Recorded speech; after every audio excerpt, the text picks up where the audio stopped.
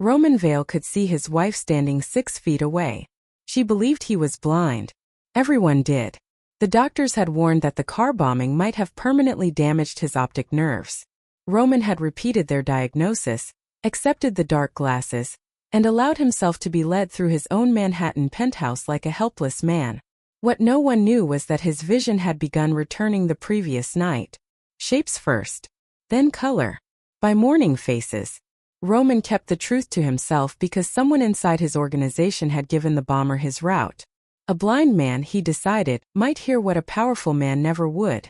Now he stood outside the library with one hand resting on his cane, watching his wife speak to the assistant he had trusted for 12 years. Theo Mercer placed a brass key in Evelyn's palm. She gave him a sealed envelope from a divorce attorney. "Roman can never know what we've done," she whispered. Theo closed her fingers around the key. "If he finds out before Friday, everything collapses." Evelyn's eyes filled with tears. Theo touched her arm. Roman remained motionless in the doorway, hidden behind dark glasses. He had survived the explosion, but as he watched his wife and assistant share a secret behind his back, he realized the bomb might not be the betrayal that destroyed him. Theo noticed him first. His hand dropped immediately. "Roman." Evelyn turned so quickly the envelope slipped against her coat. She tucked it beneath a folder before stepping toward her husband. "You should be resting." Roman kept his face angled slightly to the left, as though locating her voice. "I woke up alone. I was only downstairs. With Theo." Neither answered. Roman could see the effort Evelyn made to appear calm. Her skin was pale. A faint shadow beneath her eyes revealed that she had slept as little as he had since the bombing. Theo moved toward the door. "I was updating Mrs. Vale on the security investigation." Roman tightened his grip on the cane. "Were you?" "Yes." "And what did you discover?" "Nothing conclusive." That was almost certainly a lie. Roman had chosen Theo as his executive assistant because he did not offer empty answers. In 12 years, Theo had managed political crises, corporate takeovers, family disputes, and security failures without once claiming there was nothing conclusive, when he clearly knew more. Roman turned toward Evelyn. What was in the envelope? Her fingers tightened around the folder. "Insurance documents." "For what?" "The damage to the car." Roman watched her pupils shift. Another lie. He had spent his life reading men across negotiating tables. Evelyn was better at hiding emotion than most of them, but 5 years of marriage had taught him every small betrayal of her composure. When she lied, she pressed her tongue briefly against the inside of her left cheek. She was doing it now. Roman felt something cold settle beneath his ribs. "I want the room cleared," he said. Theo hesitated. "Roman." "Leave." Theo looked at Evelyn. Roman saw the look. That was the part he would remember later. Not fear. Not guilt. Understanding. A silent agreement passed between his wife and the man he trusted most. Theo walked out. Evelyn waited until the door closed. "You frightened him." "Theo is not easily frightened. He is trying to hold your company together, while half the directors panic. He works for me." "He has been awake for 40 hours. So have you." Her expression softened despite herself. Roman hated that softness. He could not tell whether it came from love, pity, or guilt. She reached toward his hand. He let her touch him. Her fingers were warm around his. "How much can you see?" she asked. Roman's heartbeat changed. He had expected the question eventually. Not so soon. "Light," he answered. "Some shadows." Evelyn studied his face. Roman forced his eyes to remain unfocused. "Nothing more." "No." Her thumb moved across his knuckles. "You turned toward me before I spoke. I heard you move. You also avoided the chair beside you. I know where the furniture is." They stood in silence. Evelyn finally released him. "The doctor wants to examine you again tomorrow." "I know. Roman, if your vision changes, I will tell you." The lie entered the room and stood between them. Evelyn's face became very still. "Of course," she said. She kissed his cheek. Roman smelled the faint citrus perfume she wore only when anxious. Then she left. He remained alone in the library. On the table, beside the empty space where Theo had stood, lay a small piece of torn paper. Roman bent and picked it up. The upper portion was missing. Only 3 words remained. Strong heartbeat. 8 weeks. Roman stared at the handwriting. It belonged to a private medical clinic on Madison Avenue. For several seconds his mind refused to arrange the meaning. Then it did. 8 weeks. Strong heartbeat. He looked toward the door through which his wife and Theo had left. The cane slipped in his hand. Roman Vale had survived a bomb powerful enough to tear the armored door from his car. The possibility forming in his mind hurt more. The explosion had occurred 4 days earlier. Roman had been traveling from a private dinner in Brooklyn to a late meeting near the Hudson River. His schedule had changed twice that evening. The final route was known by only 5 people: Roman, Evelyn, Theo, his cousin Sebastian, and Daniel Cross, head of Vale Security. The car detonated beneath an elevated rail line at 10:17 p.m. Roman remembered white light, metal screaming, his driver's body thrown forward, then darkness. When he woke in the hospital, Evelyn was beside him. Her hand held his so tightly her wedding ring pressed into his skin. "You're safe," she whispered. Roman tried to open his eyes. Nothing happened. The darkness remained complete. He heard doctors, machines, Theo outside the door arguing with federal agents, Sebastian demanding access, Daniel saying the second security vehicle had been delayed by false traffic instructions. The neurologist told Roman the optic nerves had suffered trauma. His vision might return in days, months, or never. Roman did not respond. Power had always meant seeing danger before it reached him. Blindness turned every voice into a possible weapon. For the first 24 hours, he depended on Evelyn. She fed him water, guided his hand toward the bedrail, explained who entered the room before they spoke. At 3 in the morning, when everyone else had left, she climbed carefully onto the hospital bed and lay beside him. Roman felt her shoulders shaking. "I thought you were dead." He touched her face in the dark. "I'm not. You could have been." "I wasn't." "That isn't an answer." "It is the only one I have." Evelyn had pressed her forehead against his chest. "You keep surviving things as though survival proves you should continue living the same way." Roman said nothing. He had assumed her fear came from nearly losing him.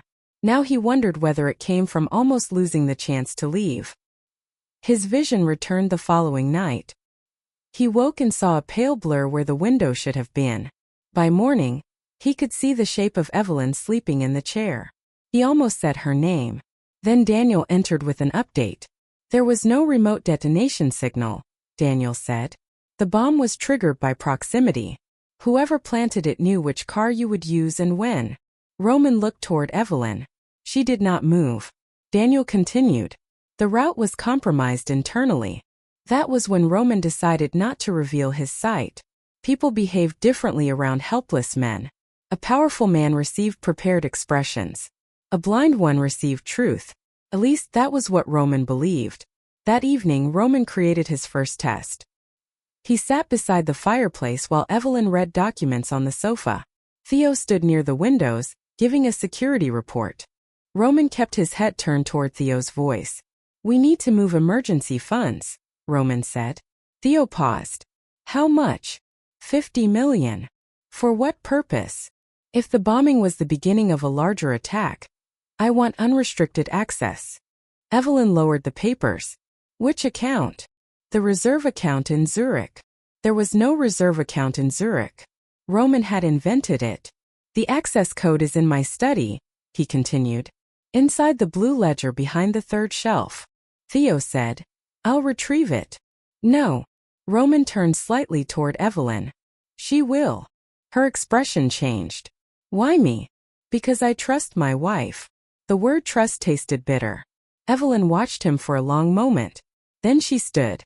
Roman listened to her footsteps disappear down the hall. He counted to 30 before rising. Theo reached for his arm. "Where are you going?" "To my bedroom." "That's the wrong direction." Roman tightened his grip on the cane. "I know my own home." Theo let him pass. Roman used the service corridor to reach the study through the adjoining library. He stood in darkness beside the partially closed door and watched Evelyn approach the wall safe. She did not look behind the third shelf. She entered the correct code into the safe.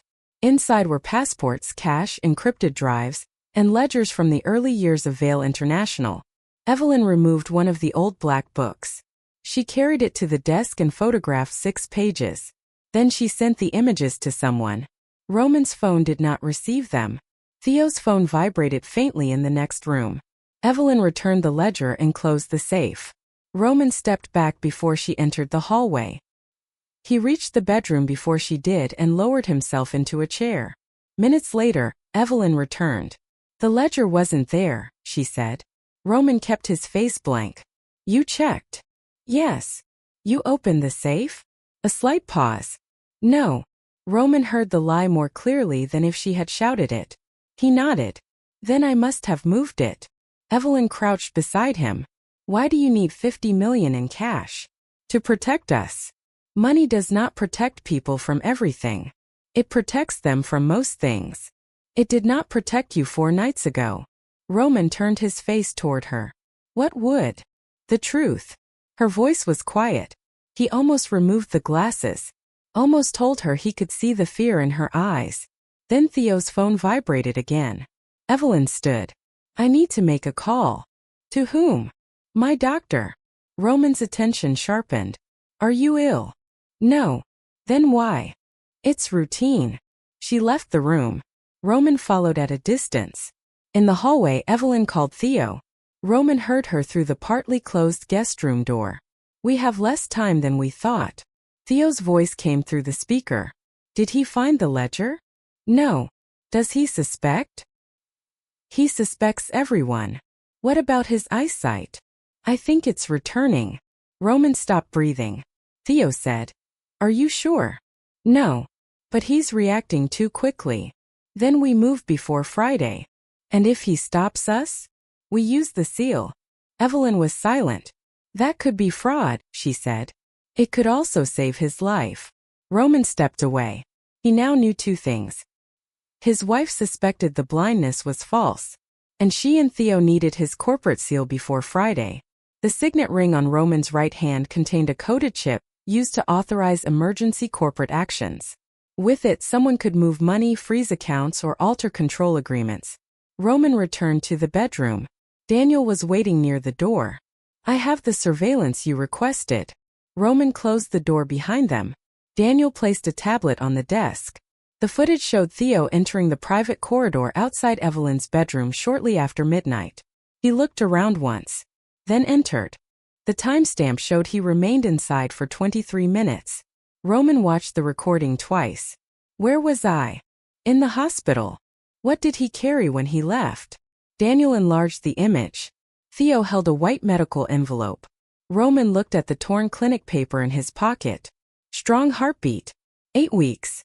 Daniel studied him. Do you want me to bring Mercer in? No. Roman. I want to know where they go, who they meet, and what they move. Daniel lowered his voice. You believe they're involved in the bombing?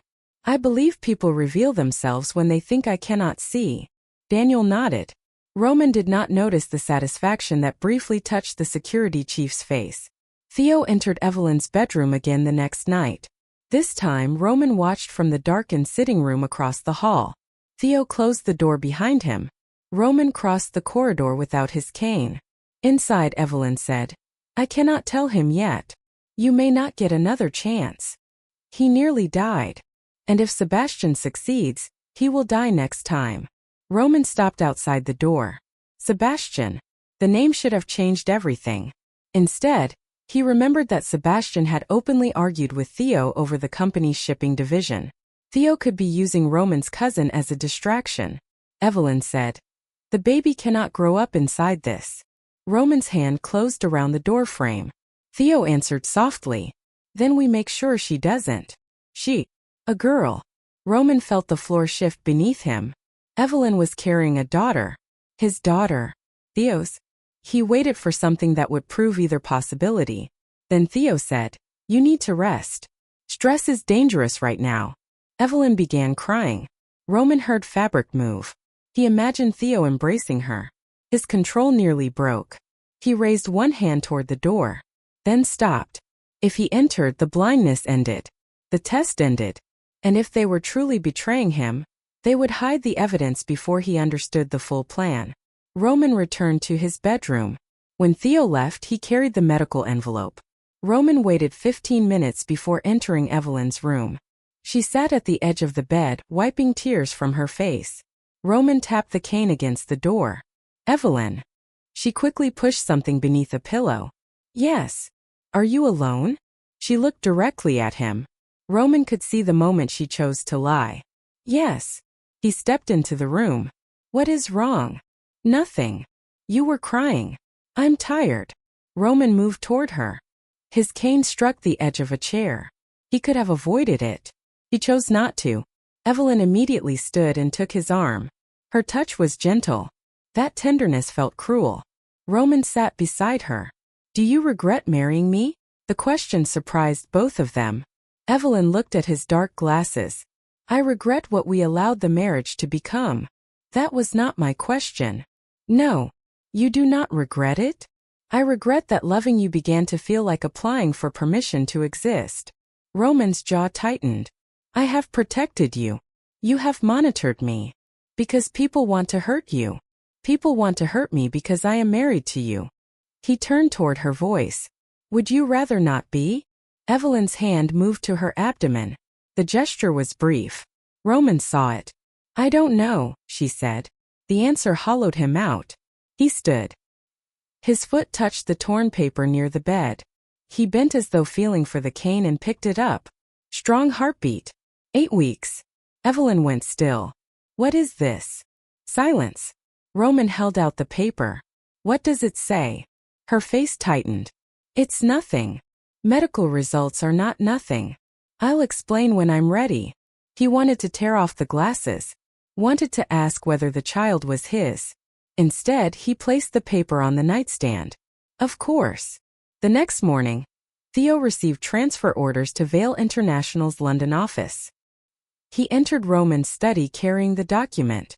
You're sending me away. I need someone I trust in Europe. Theo watched him. You have not trusted me for days. Roman remained seated behind the desk. You will leave tomorrow. No. The refusal surprised him. Theo had disagreed before. He had never refused a direct assignment. Roman's voice cooled. That was not a request. You need me here more than you understand. Why? Theo looked toward the closed door. Because the person who bombed your car is still inside the company. Who? I cannot tell you yet. Roman almost laughed. You cannot tell me. Not until the evidence is secured. Evidence you are collecting with my wife?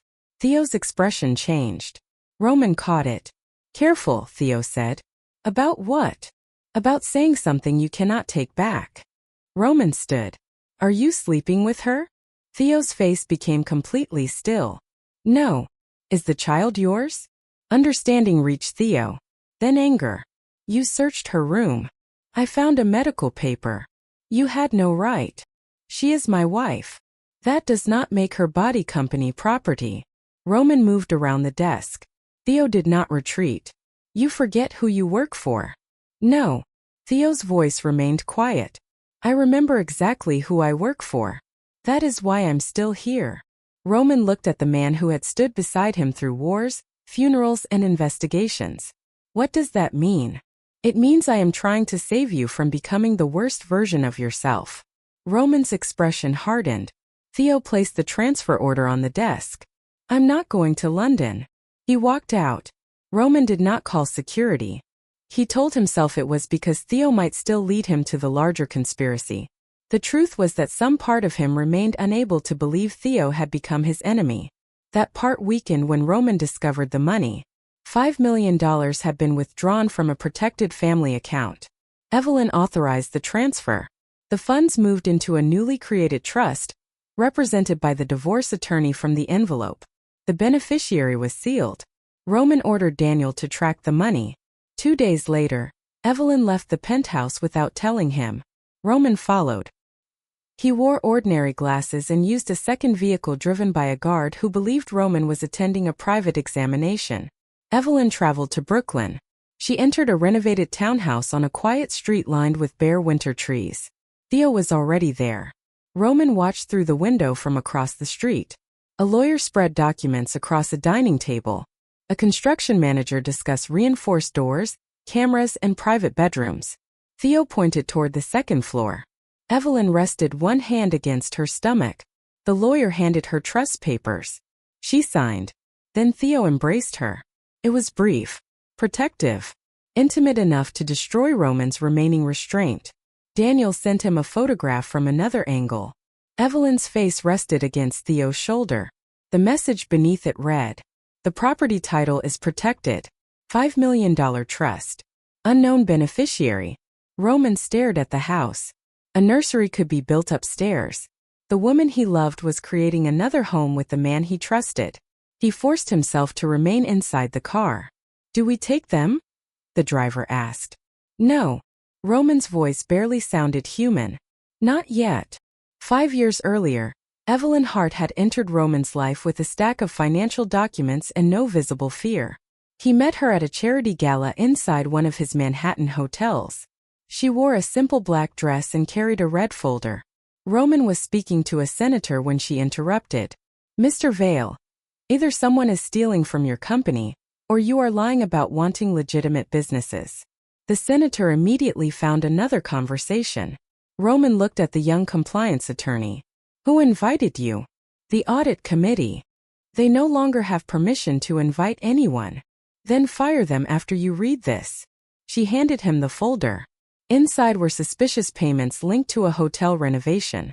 Roman recognized the vendor name. The company belonged to an old family associate. "You believe I approved these?" "I believe powerful men often stop noticing which lies are told for their convenience." Most people tried to impress Roman. Evelyn accused him of laziness within 2 minutes. He hired her a week later. She discovered the vendor had been stealing. Roman removed the man. Evelyn asked whether removed meant fired or dead. Roman told her fired. It was not entirely true. The man survived. That was as close as Roman came to honesty then. They worked late nights together. Evelyn challenged his plans, corrected his contracts, and refused gifts unrelated to her salary.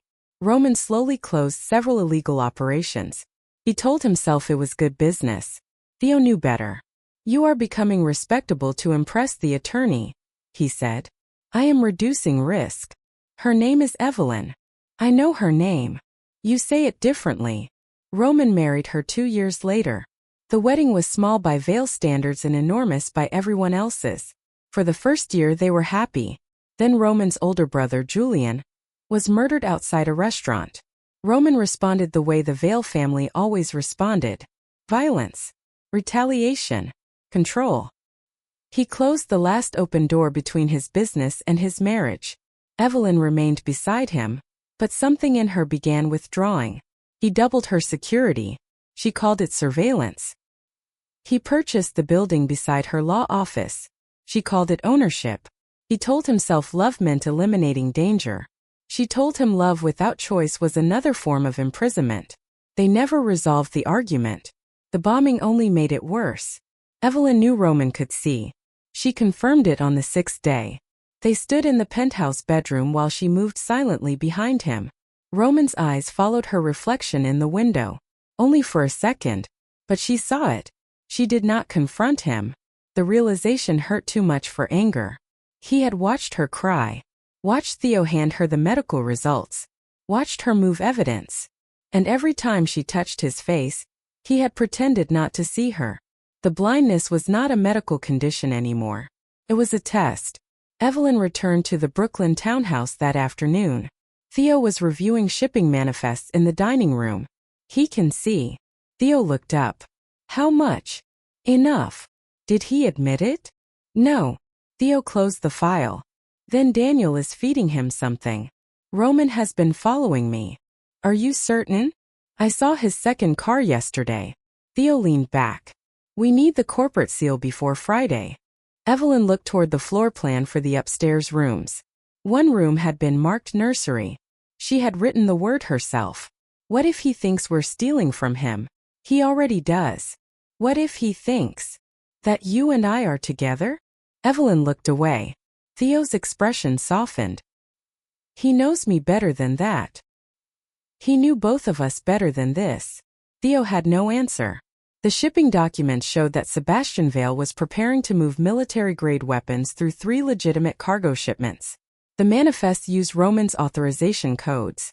If the weapons were discovered, Roman would appear responsible. If the shipment succeeded, Sebastian would gain leverage over a foreign syndicate and enough money to seize the family. Evelyn and Theo had discovered the first shell company a week before the bombing. They intended to confront Roman after collecting proof. Then the car exploded. Theo believed Sebastian expected Roman to survive. The purpose was paranoia. Turn Roman against the people closest to him. Force him into signing emergency control agreements. Evelyn wanted to tell Roman everything. Theo stopped her. If we tell him without proof, he kills Sebastian. Maybe Sebastian deserves it. And then the captains divide. The ports close. Federal agents seize the company. Thousands of employees lose their jobs. So we lie to my husband. We gather evidence until the truth can survive his anger. Evelyn looked toward the nursery plan. And if it cannot? Theo tapped the divorce envelope. You leave. She closed her eyes. The papers were not filed. They were an emergency exit. The townhouse was not a home for her and Theo. It was a protected residence for employees' families, witnesses, and Evelyn's unborn child if Roman refused to change. Theo handed her the corporate restructuring documents. The trust protects the legitimate companies. If Roman is arrested or Sebastian moves against him, authority transfers to an independent board. He will see it as betrayal. He sees every limit as betrayal. Evelyn touched the wedding ring on her finger. He was not always like this. Theo's voice was gentle. Neither were you. Roman left his signet ring beside the bed that night. It was his third test. He pretended to sleep. Evelyn entered at 1:14 a.m. Roman watched through partly closed eyes as she approached the nightstand. Her hand hovered above the ring. For several seconds she did nothing. Then she picked it up. Roman waited until she left before following. Evelyn entered the private study and placed the ring against the emergency safe. The coded lock opened. Roman stood in the dark hallway. Inside the safe were master account credentials, corporate seals, weapons contracts, and personal records. Evelyn ignored the money. She removed a photograph. Roman recognized it. He and Julian as boys standing beside their father's boat. Julian had one arm around Roman's shoulders. Evelyn held the picture against her chest. Tears moved down her face. I'm trying to save what is left of you, she whispered. Roman's suspicion faltered. For one brief moment, the entire structure he had built around her guilt cracked. Then Daniel called. Roman stepped farther into the hallway before answering.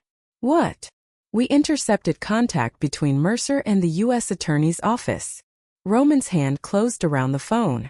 What kind of contact? A meeting request. Confirmed. Yes. Who is the prosecutor? Rebecca Sloan. Roman knew the name. She had dismantled 2 organized crime networks in the previous 5 years. Evelyn returned the photograph and removed an encrypted drive. She used the signet ring to authorize access. Roman watched her copy files. The doubt disappeared. He no longer saw a wife trying to save him. He saw a lawyer gathering evidence for the government. He entered the room. Evelyn turned. Roman wore the dark glasses and carried the cane. What are you doing? She placed the ring on the desk. Looking for something. Did you find it? Yes. What? The last proof I needed. His voice became cold. Proof of what? That you are lying to me. Roman went still. Evelyn walked closer. You can see. He did not answer. She lifted one hand and moved it slowly toward his face. Roman caught her wrist before she touched the glasses. The movement was instinctive. Perfectly precise. Evelyn's expression broke. How long? Roman released her. Since the morning after the bombing. For several seconds she simply stared at him. You watched me. I needed to know who betrayed me. You watched me believe you might never see again. I could not trust anyone. I slept beside you. I helped you walk. I told you things I believed you could not witness. What things? Her face changed. Roman heard the question as soon as it left him. Not concern. Interrogation. Evelyn stepped back. I was right. About what? You never wanted the truth. You wanted evidence that justified what you already feared. Roman removed the glasses. His vision had almost fully returned. He looked directly at his wife. Then tell me the truth. I will. Now. No. The refusal stunned him. Evelyn placed the encrypted drive inside her pocket. You will hear it when Theo and I can prove it. Roman's jaw tightened. You and Theo? Yes. What is the child?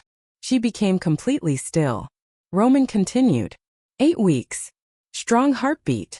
Pain moved through her face. You searched my bedroom. I found paper on the floor. And you decided what? He said nothing. Evelyn's voice trembled. What did you decide, Roman? That Theo visited you after midnight. Her eyes filled. You think the baby is his. Roman hated the words. He hated that he had imagined them every hour since finding the paper. Is it? Evelyn stared at him as though he had struck her. Then she walked out. Roman called an emergency leadership meeting for the following morning. He told himself it was necessary. The conspiracy had reached the company seal, federal investigators, and family accounts. He would expose it before Evelyn and Theo acted. Every senior director attended. Sebastian sat to Roman's right. Helena Vale sat near the windows, silver-haired and elegant. Daniel stood behind the security team. Theo and Evelyn entered last. Roman remained seated at the head of the table wearing the dark glasses. I asked everyone here because someone inside this organization is stealing records, moving money, and communicating with federal investigators. Theo's expression hardened.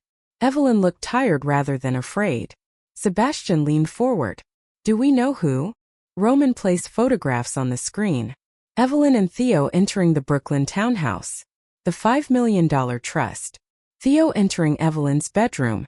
The embrace outside the property. The room became silent. Evelyn's face lost color. Roman, she said. Not here. You wanted secrecy. This involves people who could be killed. Which people? Theo stood. End the meeting. Roman turned toward his voice. You do not give orders here. Then stop pretending you cannot see. The room changed. Sebastian looked sharply toward Roman. Helena's hand tightened around her chair. Roman removed the glasses. Gasps moved around the table. He looked directly at Evelyn. I have been able to see since the day after the bombing. Her face became empty. Not surprised.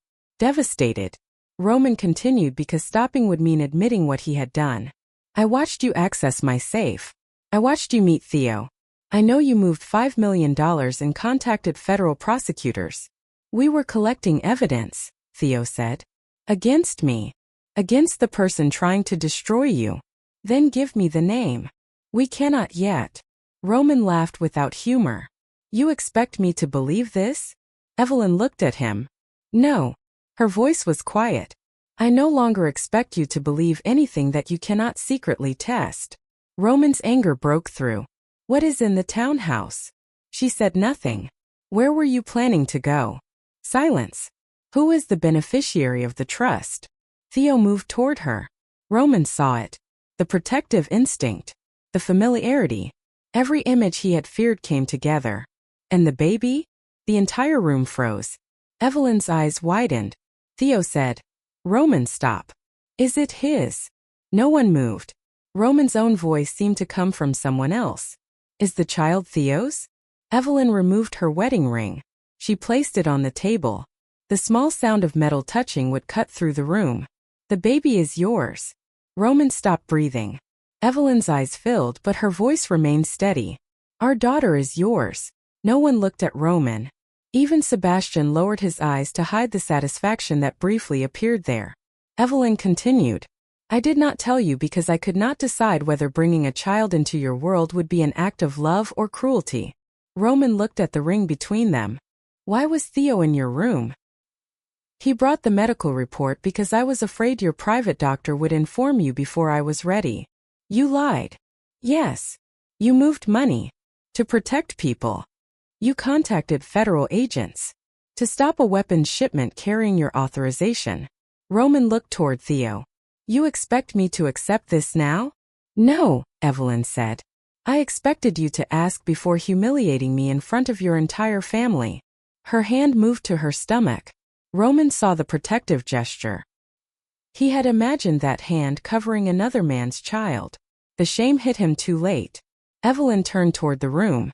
For 5 years I asked him to trust me. Her voice shook now. He responded by watching me from behind dark glasses. She looked back at Roman. You were not testing my loyalty.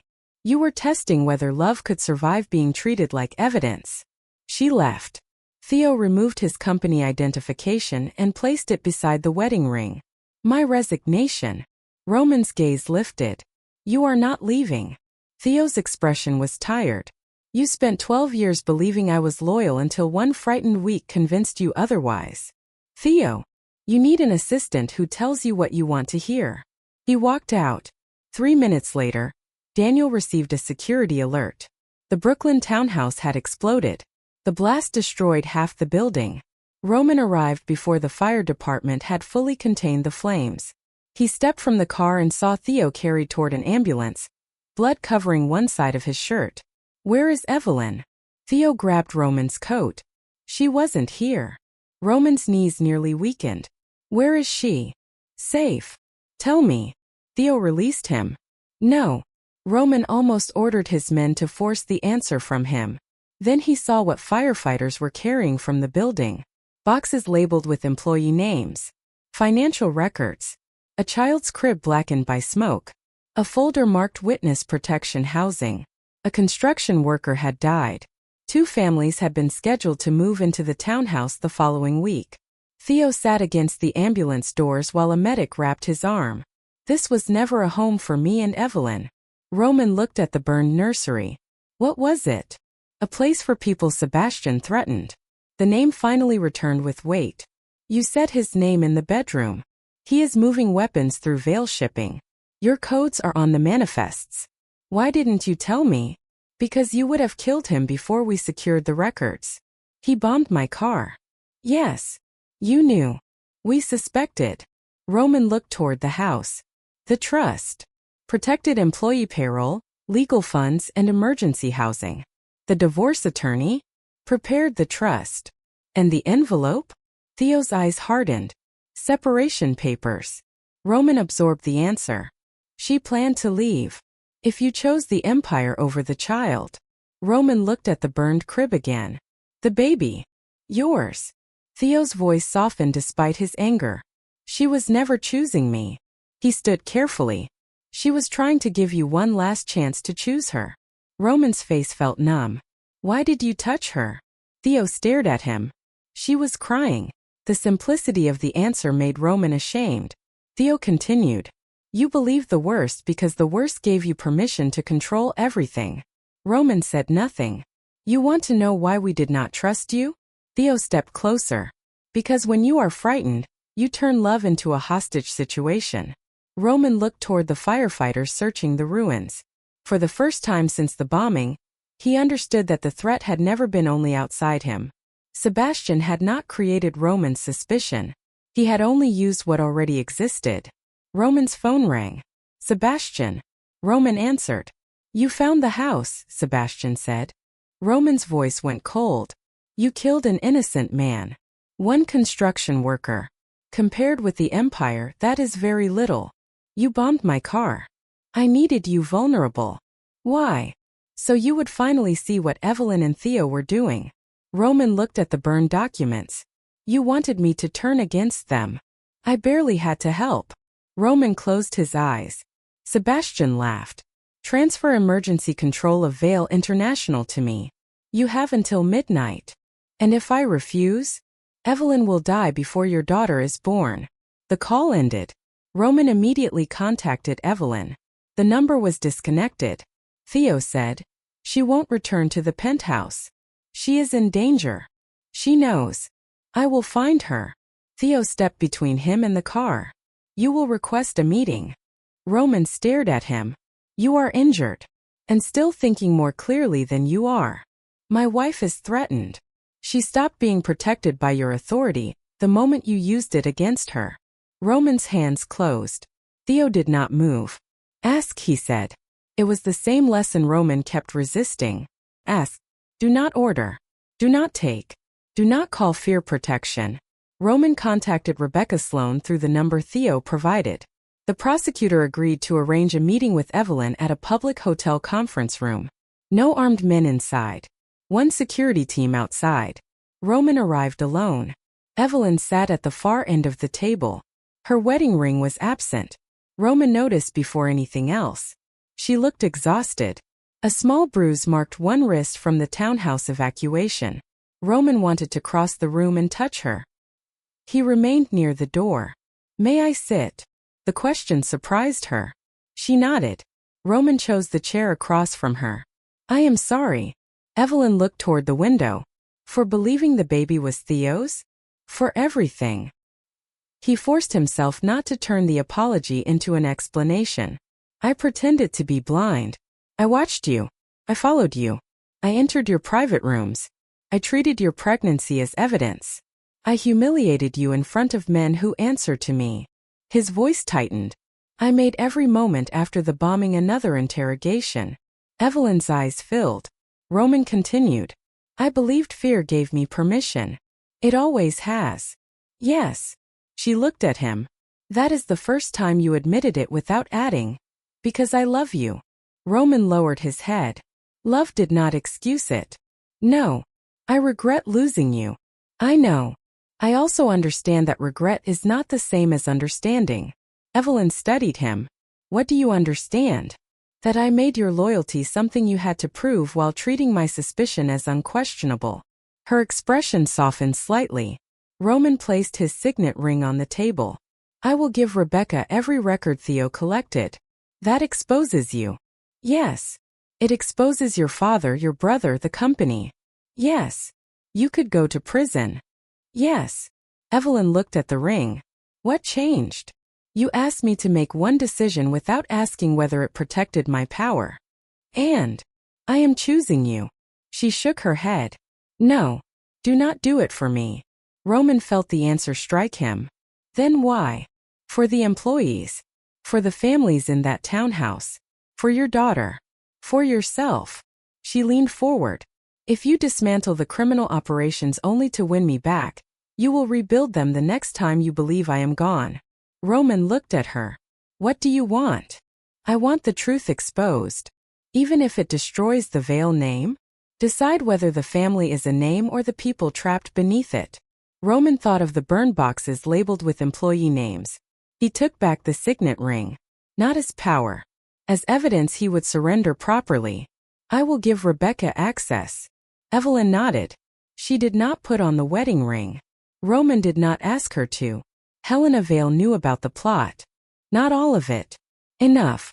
Roman confronted her in the family chapel on Long Island. She sat beneath a stained glass window dedicated to Roman's mother. At 65, Helena still carried the authority of the woman who had helped raise him after his mother died. Roman had trusted her advice more than that of most men.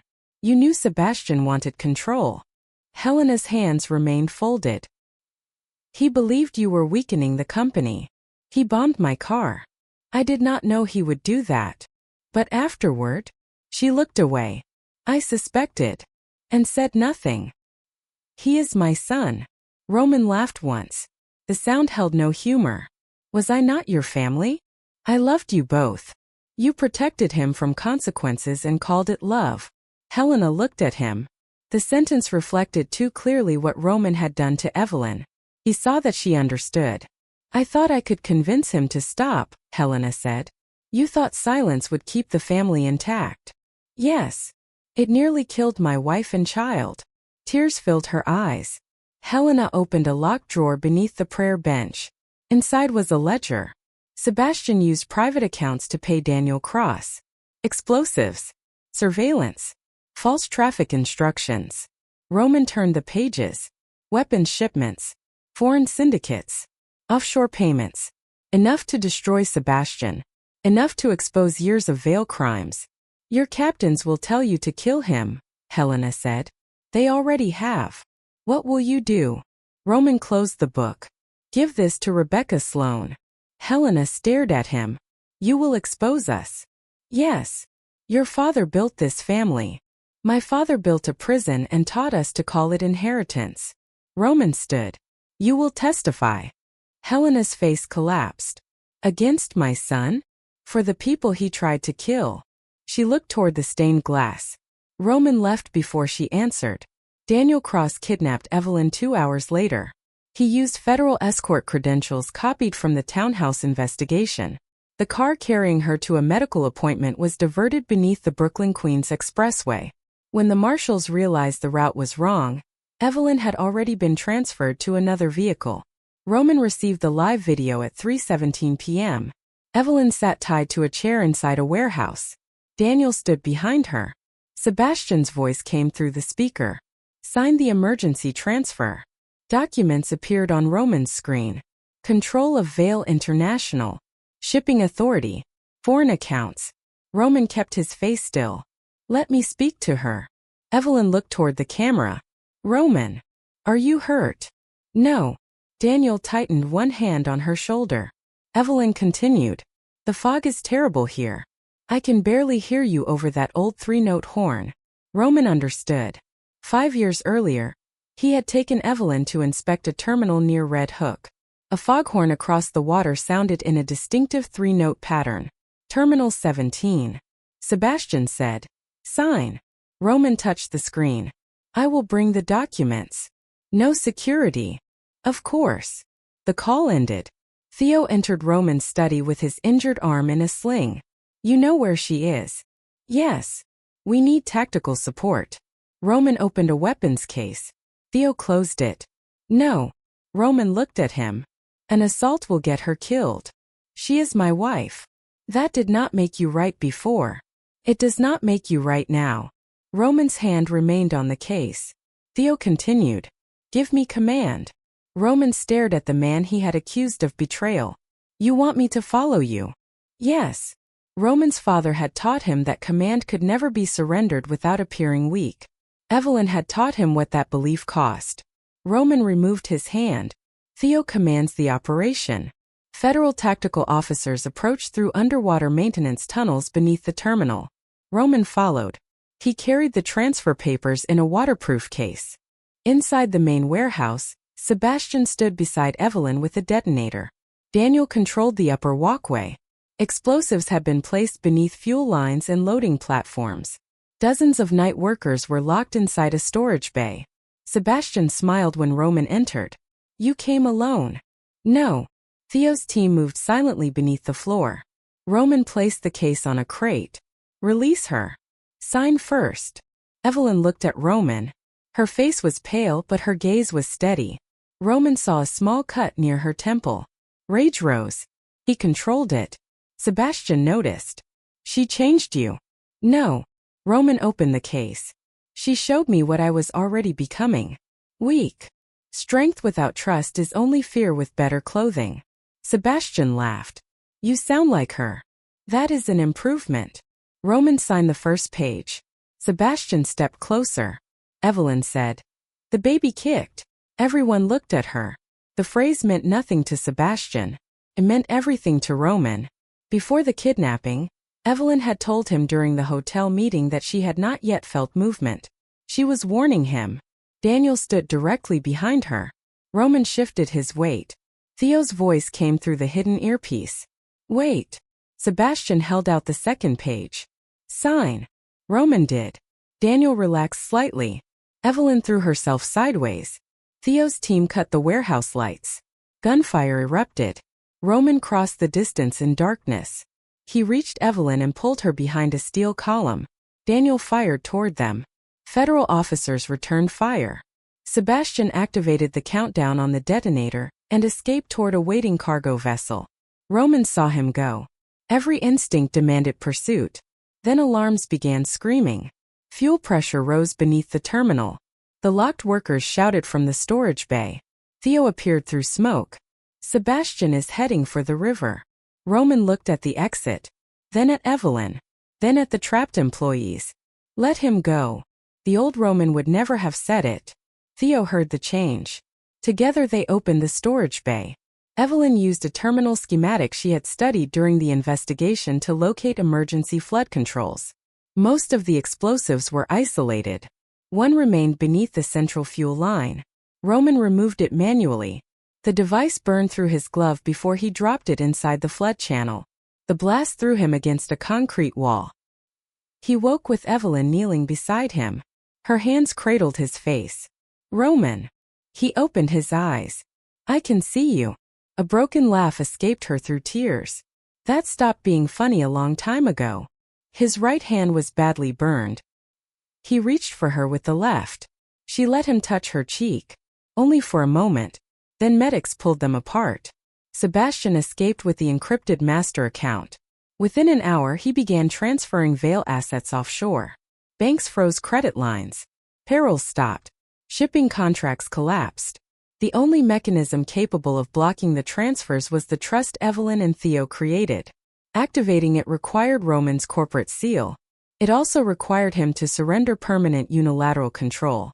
Roman lay in a hospital bed with his burned hand wrapped in white bandages. Theo placed the documents before him. Once signed, an independent board controls the legitimate companies. Roman looked toward Evelyn. She stood near the window. "One good decision does not erase what happened," she said. "I know. You may never regain control. I know. You could lose the company." Roman signed. The trust activated. Offshore transfers stopped. Employee payroll resumed. The Veil Empire survived. But it no longer belonged to one man. Sebastian tried to win through court. His attorneys filed an emergency petition claiming Evelyn and Theo had exploited Roman's blindness and mental incapacity to seize Veil International. A federal hearing was scheduled. Roman's attorneys told him to remain silent about pretending to be blind. Admitting the deception could expose him to civil fraud, obstruction claims, and criminal scrutiny. Roman ignored them. The courtroom was packed. Sebastian appeared remotely from an undisclosed location, still attempting to flee the country. His lawyer argued that Roman had been incapacitated when the trust was created. Then Roman took the stand. "Were you blind when your wife began preparing the restructuring documents?" the attorney asked. "No." The courtroom stirred. "Did Mrs. Veil know you could see?" "Not initially." "Did you conceal your recovery?" "Yes." "Why?" "To test her loyalty." Evelyn sat behind the government table. Roman forced himself to continue. "I watched her without her knowledge. I followed her. I misinterpreted her actions. I publicly accused her of infidelity." Sebastian's attorney looked almost pleased. "So you were emotionally unstable?" "Yes." The answer disrupted the strategy. Roman continued before another question could come. "My instability does not make the trust fraudulent. Your wife moved funds without informing you. To protect employees from my family, she contacted federal investigators. To expose a weapons shipment I failed to discover. She prepared divorce documents." Roman's voice tightened. "She had the right." The attorney paused. "Did Evelyn Veil coerce you to sign the final transfer?" "No." "Were you under physical distress?" "Yes." "Then your judgment was impaired." "My judgment was clearer than it had been in years." Theo testified next. He produced shipping manifests, Sebastian's shell companies, and records of payments to Daniel. Helena entered the courtroom. Sebastian appeared on the screen. "Mother." Helena did not look at him. She testified that she knew he intended to remove Roman from control. She identified the private ledger. Daniel, arrested during the harbor rescue, accepted a cooperation agreement. He confirmed Sebastian ordered the car bombing and townhouse explosion. Federal agents arrested Sebastian at a private airport before the hearing ended. The court placed Veil International under temporary independent supervision. The criminal subsidiaries were seized. Thousands of legitimate employees kept their jobs. Roman retained limited ownership but lost unilateral authority. Judge Eleanor Price looked at him from the bench. "Telling the truth after years of control does not make you innocent, Mr. Veil." "No, Your Honor. It may expose you to additional investigation." "I understand. Why admit it?" Roman looked toward Evelyn. "Because the next lie would have cost more than I had left." Roman and Evelyn lived apart for 6 months. He moved from the penthouse into a smaller townhouse near the Independent Vale offices. The first week he discovered he did not know how to operate the washing machine. Theo sent instructions. Roman suspected sarcasm. It was. Theo became chief executive of the legitimate company under the independent board. Roman attended restructuring meetings as one director among 11. He hated being overruled. It happened often. He also began therapy. The therapist asked why he tested people. Because everyone lies. Do you? Yes. Then why should they trust you? Roman had no answer. He sold 2 private properties and used the money to compensate families harmed by Vale's criminal operations. He cooperated with Rebecca Sloan. Some investigations remained open. No one promised he would avoid prison. Evelyn did not visit him at home. She allowed him to attend one medical appointment after he asked. Not demanded. Asked. Roman sat beside her during the ultrasound. The room was dim. The technician moved the device over Evelyn's stomach. A rapid heartbeat filled the speakers. Roman stopped breathing. That is your daughter, the technician said. Tears moved silently down his face. He did not touch Evelyn. Then she reached across the space between them and took his uninjured hand. Roman held hers carefully. Afterward, they sat in the hospital hallway. What are you naming her? He asked. I haven't decided. May I suggest something? Evelyn looked at him. May. Grace. Why? Because none of this feels deserved. Evelyn considered it. I like Grace. Roman nodded. He did not treat the agreement as reconciliation. That mattered. Theo visited Roman 2 weeks later. His injuries had mostly healed. Roman poured coffee. I owe you an apology. Theo sat across from him. Several. I believed you betrayed me. Yes. I believed the child was yours. Theo stared at him. That remains the most insulting part. Roman almost smiled. I am sorry. Theo accepted the coffee. You did not lose trust because Evelyn and I lied. Roman waited. You lost it because you never believed trust could exist without proof. I am learning. Slowly. Yes. Theo lifted the cup. Good. In the months that followed, Roman's changes became ordinary. He did not place secret guards outside Evelyn's residence. When threats emerged, he informed her and asked what protection she wanted. He did not demand access to her medical records. He did not call Theo for private updates. He listened during counseling. Sometimes Evelyn became angry again over the false blindness. Roman did not tell her to move past it. He answered questions. He admitted what he saw. The moments he watched her cry. The night he followed her. The suspicion about the baby. Each truth hurt. He stopped hiding from the pain he created. Evelyn began wearing her wedding ring on a chain around her neck. Roman noticed. He did not mention it. On the night Grace was born, complications began suddenly. The baby's heart rate dropped. Doctors rushed Evelyn toward surgery. A nurse asked who held emergency medical authority. Evelyn looked at Roman. He stood near the door, pale and helpless. For years, he had treated helplessness as an emergency requiring control. Now he simply waited. Evelyn said, My husband. Roman approached the bed. I'm here. If they ask you to choose. They won't. Roman. He stopped. Evelyn held his gaze. If they ask, save the baby. His face broke. No. Promise me. He closed his eyes. Then nodded. I promise. The doors closed. Roman remained outside for 47 minutes. He could not negotiate, threaten, pay, command. He could only wait. Theo sat beside him. Roman's burned hand trembled.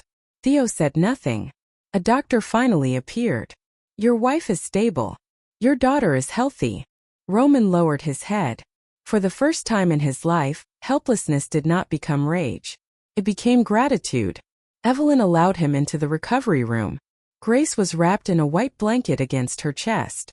Roman approached slowly. Would you like to hold her? Evelyn asked. Yes. The answer was barely audible. She placed the baby in his arms. Grace opened her eyes. Roman looked down at his daughter. You will never have to prove that you love me, he whispered. Evelyn began crying. Roman looked at her. I mean it. I know. Not forgiveness. Not yet. But belief. 1 year later, Vale International operated entirely through legitimate businesses. Employees held seats on the board. Whistleblower protections were written into company policy. The Red Hook terminal became a community center for families affected by organized crime. Roman was no longer an absolute ruler. He remained influential, dangerous when necessary. But power now had limits he could not change with a phone call. Evelyn agreed to continue marriage counseling. Eventually, they purchased a home together. Not the penthouse. A quieter house with a garden chosen equally. Roman asked before adding security cameras. Evelyn rejected 2 locations. He accepted both decisions. Grace learned to walk in the living room beneath a row of tall windows. One afternoon, Roman sat on the floor several feet away from her. He closed his eyes and held out his hands. "Come to me." Grace stood beside the sofa, unsteady and determined. She took one step, then another. Evelyn watched from across the room. Roman opened his eyes before Grace reached him. He lowered his hands. The child stopped. Roman waited. He allowed her to decide. Grace laughed and continued forward. She fell into his arms. Roman lifted her carefully. Evelyn approached. "Why did you open your eyes?" she asked. "I wanted her to know I was watching. Not testing." "No." Roman looked at Grace. "I think I spent most of my life testing whether love would stay after I made it difficult. And it nearly didn't." Evelyn touched the ring hanging from the chain around her neck. Roman said nothing. She removed the chain. For one terrible second, he thought she was returning the ring. Instead, she slid it onto her finger. Roman's breath caught. "This is not permission to stop therapy," she said. "I understand. Or to start following me. I understand. Or to pretend to lose another sense. That was a single mistake." Evelyn raised an eyebrow. "A catastrophic series of mistakes. Better." She rested one hand against Grace's back. Roman looked at the 2 people he had almost lost because he believed love had to be monitored before it could be trusted. The bombing had not made him blind. Fear had done that years earlier. He had seen Evelyn's loyalty, Theo's friendship, his employees' dependence, and the danger growing inside his family.